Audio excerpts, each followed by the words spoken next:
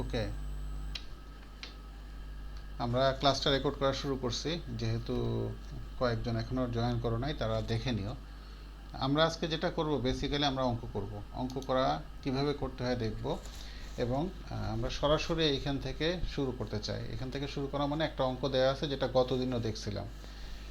এরকম একটা অঙ্ক যেখানে ডেটাটা এরকম করে দেয়া আছে, যে এরকম করে ডেটা দেওয়া আছে, আমাদের অঙ্কটা করতে হবে। এখন অঙ্কটা নিচে করা আছে, কিন্তু সেখানে আমরা না গিয়ে যদি করতে চাই, তাহলে আমাদের কি রিসোর্স লাগবে? আমাদের লাগবে হচ্ছে এই ডাটার জন্য যেই চার্টটা বা টেবলটা আমাদের রেফার করছে, সেই টেবলটা আমাদের লাগবে। আমরা একটু এটাকে ডান দিকে খুলে রাখি আপাতত। আমাদের এটা একটা ময়েশ্চার কন্টেন্টের অঙ্ক। বলছে যে, কি বলছে আগে দেখে নেই। Estimate the moisture content of A solid waste sample with the following composition. Food waste, paper, সবগুলোর পার্সেন্ট বাই মাস দেয়া আছে। ঠিক আছে, পার্সেন্ট বাই মাস দেওয়া থাকলে আমাদের পরবর্তী কাজ হচ্ছে কেজিটা কত সেটা বের করে নেওয়া। সাধারণত এই ধরনের অঙ্কে কেজি নিয়ে কোনো ঝামেলা হয় না। কেজি মাস কত সেটা বের করার সাধারণত ঝামেলা হয় না। তা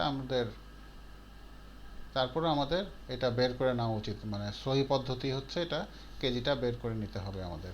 তাহলে যত পার্সেন্ট, যেহেতু সবগুলো যোগ করলে 100 হয়, এখানে দেখো 45 যোগ 15 60 70 80 90 100 হয় এখানে যোগফল। কাজেই কেজিতে এটা 15 কেজি লিখলেও সমস্যা নেই। হ্যাঁ, যেটা আছে সেটাই আমাদের কেজিতে ভ্যালু।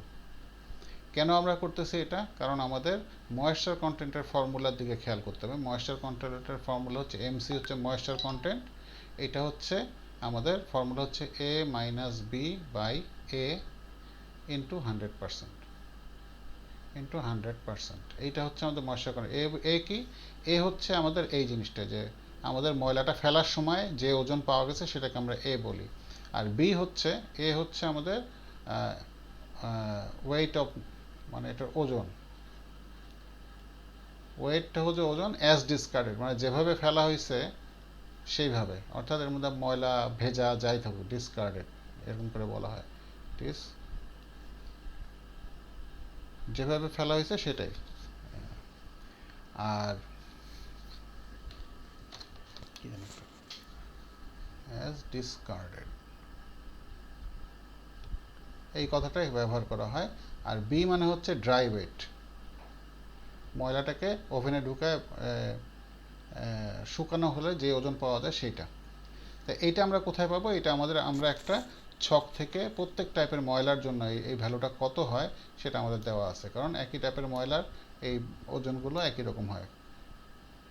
যেমন এখানে ফুড ওয়েস্টের জন্য দেখো ডান দিকে, এই যদি ছকটা দেখো, ফুড ওয়েস্ট এখানে আছে। ফুড ওয়েস্টের জন্য এই moisture content MC, moisture content হচ্ছে, আচ্ছা আমরা এটাকে লক করে নেই যাতে না সরে যায়।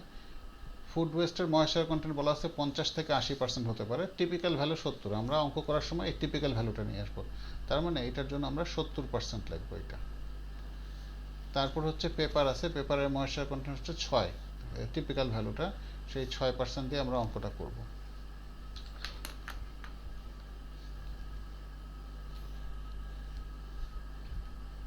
এটা এগেনস্টে লিখবো 6।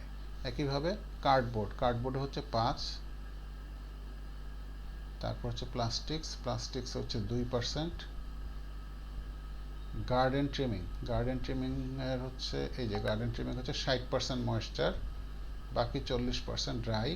উডের হচ্ছে, উড কত, এই যে উডে হচ্ছে 20% ময়েশ্চার, 80% ড্রাই। আর টিন ক্যানে হচ্ছে 3%। তাহলে আমাদের আপাতত এটা আর লাগবে না। এখন এখানে আমরা উল্টা ফর্মুলা প্রয়োগ করব। উল্টা ফর্মুলা মানে হচ্ছে এমসি পেয়ে গেলাম, আমাদের দরকার হচ্ছে বি, অর্থাৎ আমাদের এ হচ্ছে এই টোটাল যোগফল হচ্ছে 100, এটা হচ্ছে টোটাল ময়লার জন্য এ।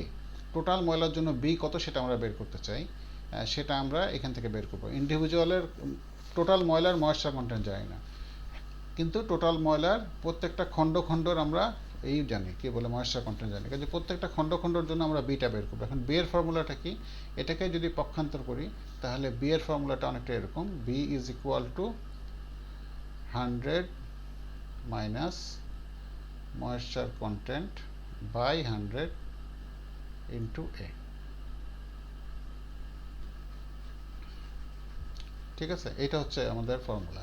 অর্থাৎ আমার যদি 60% ময়েশ্চার থাকে তাহলে 100 থেকে 60 বিয়োগ করলে 40% হচ্ছে ড্রাই, তাহলে টোটাল ওজনের 40%। এটার মানে হচ্ছে এটা, যেমন এখানে 70% ময়েশ্চার, তার মানে কি 30% ড্রাই, 100 কেজি হলে 30 কেজি হবে শুকনা ওজন।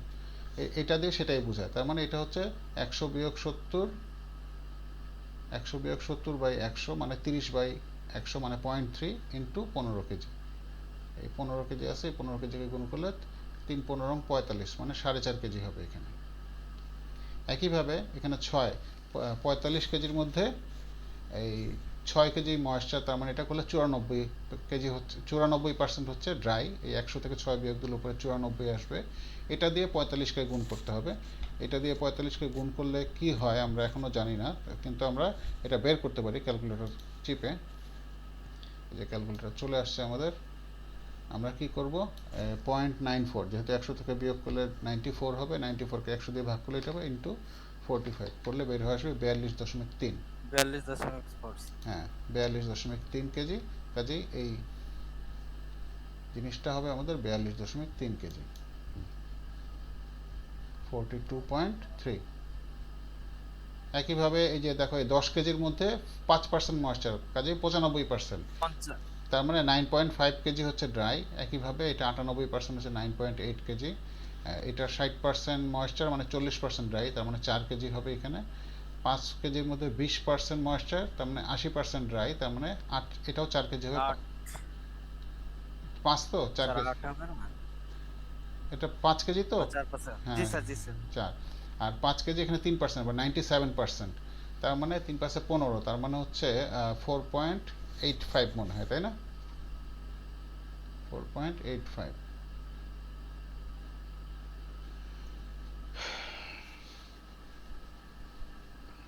একে হয়তো 0.3, আর 5-এ হবে 3×5=15 কম হবে, 500 থেকে 15 কম হবে, 4.85 হবে।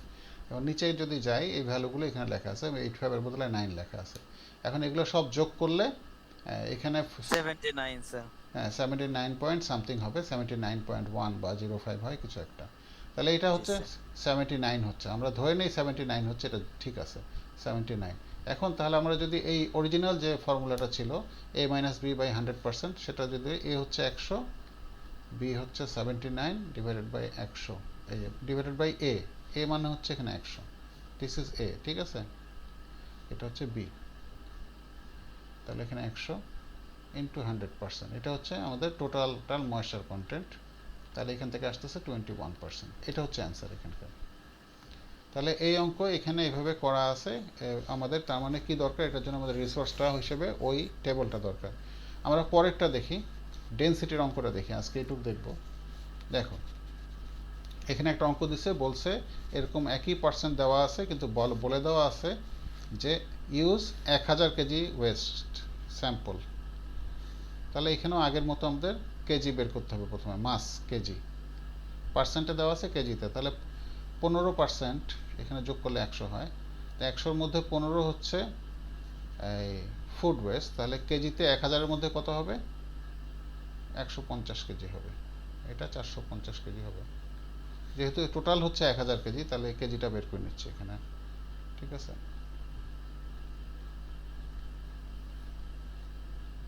জাস্ট একটা করে শূন্য বাড়াই দিলেই হয়ে গেল। এখন জি স্যার। আমাদের ডেনসিটির ফর্মুলা কি দেখো, ডেনসিটি যদি আমরা ধরি ডি লিখি, ডেনসিটি ডেনসিটির ইউনিটটা কি, কেজি পার মিটার কিউব, তাই না? ডেনসিটি সমান সমান কেজি পার মিটার কিউব হয়, তার মানে মাসকে ভলিউম দিয়ে ভাগ করতে হয়। এখানে আমরা কেজি পাইছি, আর কেজি পার মিটার কিউব ডেনসিটির ভ্যালুটা কেজি পার মিটার কিউব, এটা আমরা একটা চার্টে সবগুলো পার্সেন্টের জন্য দেয়া আছে। তাহলে টোটাল কেজি কত হচ্ছে এখানে যোগ করলে 1000 হবে। আর আমাদের দরকার হচ্ছে, আমাদের যেটা দরকার হবে সেটা হচ্ছে টোটাল মিটার কিউব কত হয় সেটা বের করতে হবে। টোটাল কেজি হচ্ছে, আমি 100 লিখছি, 1000 হবে এখানে। টোটাল হচ্ছে 1000 কেজি, আর টোটাল মিটার কিউব কত হয় এটা আমাদের বের করতে হবে। তাহলে এই কেজিকে মিটার কিউব দিয়ে ভাগ করলে আমি ডেনসিটি পাবো। এটা হচ্ছে আমাদের মূল টার্গেট। এখন এই মিটার কিউবগুলো কী করে পাবো? আমি প্রত্যেকটা আইটেমের আলাদা আলাদাভাবে মিটার কিউবটা জানি প্রত্যেকে সেই টেবল থেকে। এখানে মিটার কিউবের টেবলটাও দেয়া আছে আমাদের। এই যে এখানে আমরা টিপিক্যাল ভ্যালুটা নেব। যেমন ধরো এখানে ফুড ওয়েস্টের জন্য ভ্যালুটা দেওয়া আছে 290। ফুড ওয়েস্টের জন্য এই ভ্যালুটা দেওয়া আছে 290 কেজি পার মিটার কিউব। পেপারের জন্য দেওয়া আছে 85। তারপর কার্ডবোর্ডের জন্য দেওয়া আছে 50। তারপর আছে প্লাস্টিকের জন্য দেওয়া আছে 65। তারপরে গার্ডেন ট্রিমিংয়ের জন্য 105। আর তারপর আছে উড হচ্ছে কোথায়? এই যে উডের জন্য 240। টিন ক্যানের জন্য দেওয়া আছে 90। এই আমাদের ভ্যালুগুলো পেয়ে গেলাম। এখন আর এটার দরকার নেই। এখন আমাদের মিটার কিউব দরকার। এখন এটা ভালো করে খেয়াল করে, আসল জায়গা এটা পুরো অঙ্কের। এখন এই দুইটা গুণ ভাগ, ডেনসিটি বা অন্যান্য জায়গার ফর্মুলাগুলো খুব স্ট্রেট ফরওয়ার্ড। ওই আগেরটা যেমন যোগ বিয়োগ এরকম একটা ফর্মুলা ছিল, জটিল ফর্মুলা ছিল, হ্যাঁ, এরকম কিন্তু কিছু নাই। যদিও এটা খুব জটিল না, বুঝের ফর্মুলা, এটা বুঝে বুঝে করলেই হয়ে যায়। হ্যাঁ, এইটা তার থেকে অনেক সহজ ফর্মুলা। দেখো আমরা কি জানি? কেজি পার মিটার কিউব জানি। এখান থেকে মিটার কিউব করতে হবে। এই দুটো গুণ করলে কি হবে? KG square by metre cube হবে। কিন্তু যদি ভাগ করি, কেজিকে যদি আমি ভাগ করি কেজি বাই মিটার কিউব দিয়ে, তাহলে কি হবে দেখো তো? কেজির সাথে কেজি কাটাকাটি যাবে আর মিটার কিউবটা উপরে গিয়ে মিটার কিউব হবে, তাই না? জি স্যার। তাহলে আমাদের এখানে কি করতে হবে? যে 150 যেটা আছে ভ্যালু, এটাকে আমাদের 290 দিয়ে ভাগ দিতে হবে। দিয়ে যা হয় একইভাবে এখানে 450 আছে, এটাকে আমাদের 85 দিয়ে ভাগ দিতে হবে। 100কে 50 দিয়ে ভাগ দিলে 2 হয়, এটা জানা। 165, 100/50 এটা 2 হবে, এটা জানি। এখানে 100/65 হবে, কারণ হচ্ছে এটাকে এটা দিয়ে ভাগ করতে হবে। স্যার প্রথমটা 0.551। হ্যাঁ, 0.51। তো এরকম এটা করা আছে নিচে, কাজে এই নিয়ে টেনশনের কিছু নাই। 51 বা 51-এর পরে আরেকটা আসন্ন মান করলে 52 হবে। এরকম করে জি স্যার। প্রত্যেকটা ভ্যালু বের করা যায়, ঠিক আছে? প্রত্যেকটা ভ্যালু বের করার পরে যোগ করলে যেটা হয় 11.07 হয়। এটা হয় 11.07 মিটার কিউব। জি স্যার। তাহলে ডেনসিটি কত দাঁড়াচ্ছে? ডেনসিটি হচ্ছে কেজি পার মিটার কিউব। তাহলে উপরে কেজি হচ্ছে 1000 আর মিটার কিউব হচ্ছে এই যে 11.07। ভাগ করলে যেটা হয় সেটা হচ্ছে ডেনসিটি। এটা ভ্যালু খুব সম্ভবত 90-এর কাছাকাছি একটা ভ্যালু। হ্যাঁ, 90.33 এই যে। জি স্যার। তাহলে 90.33 যে হচ্ছে, এখানে আমরা আজকে থামি। Metre cube, KG per metre cube এটা হচ্ছে আমাদের ইউনিট। এখন এখানে একটু থামতে বলতেছি কেন? দেখো 90 কেজি পার মিটার কিউব কিন্তু খুব বেশি ওজন না। 1 মিটার কিউব পানির ওজন 1000 কেজি।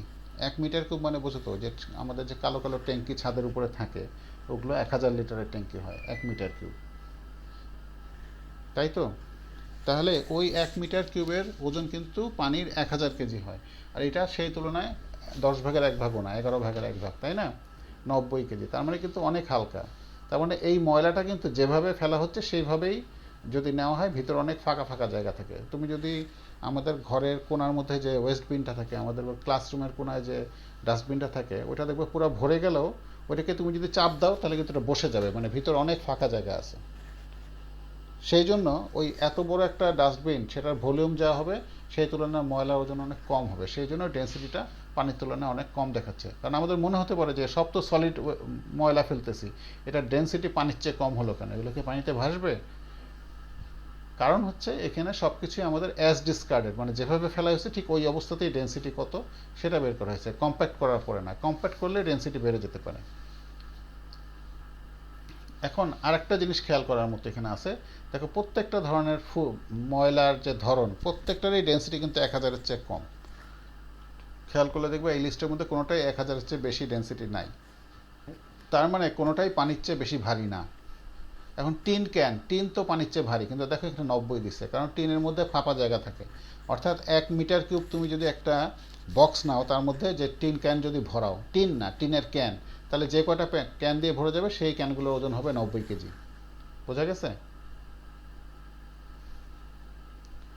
1 মিটার বাই 1 মিটার বা 1 মিটার যদি একটা বক্স থাকে, সেটাকে যদি তুমি ময়লা টিনের ক্যান দিয়ে ভরাও, তাহলে সেই টিনের ক্যানগুলোর ওজন হবে 90 কেজি। কিন্তু টিনের ক্যানগুলো তুমি যদি চ্যাপ্টা করে ভরাও তাহলে কিন্তু অনেক বেশি ওজনের ময়লা ওই বক্সের মধ্যে হাঁটবে। এখানে কিন্তু সেটা না। বোঝা গেছে?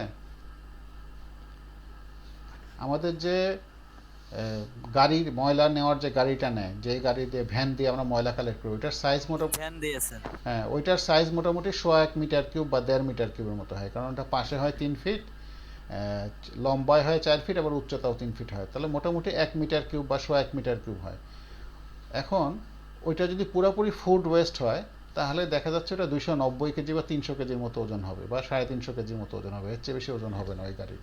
এর মানে হচ্ছে এটা, ঠিক আছে? কিন্তু পানি ভরালে ওটার ওজন অনেক হবে। এখন 350 কেজি মানে কয়জন লোকের ওজন? হয়তো 5জন 4জন লোকের ওজনের সমান ভ্যানের মধ্যে। বুঝতে পারছো? 4জন লোক উঠলে যে ওজন হতো ভ্যানে, ওই ময়লার সেই একই ওজন হবে। এর মানে হচ্ছে তাই।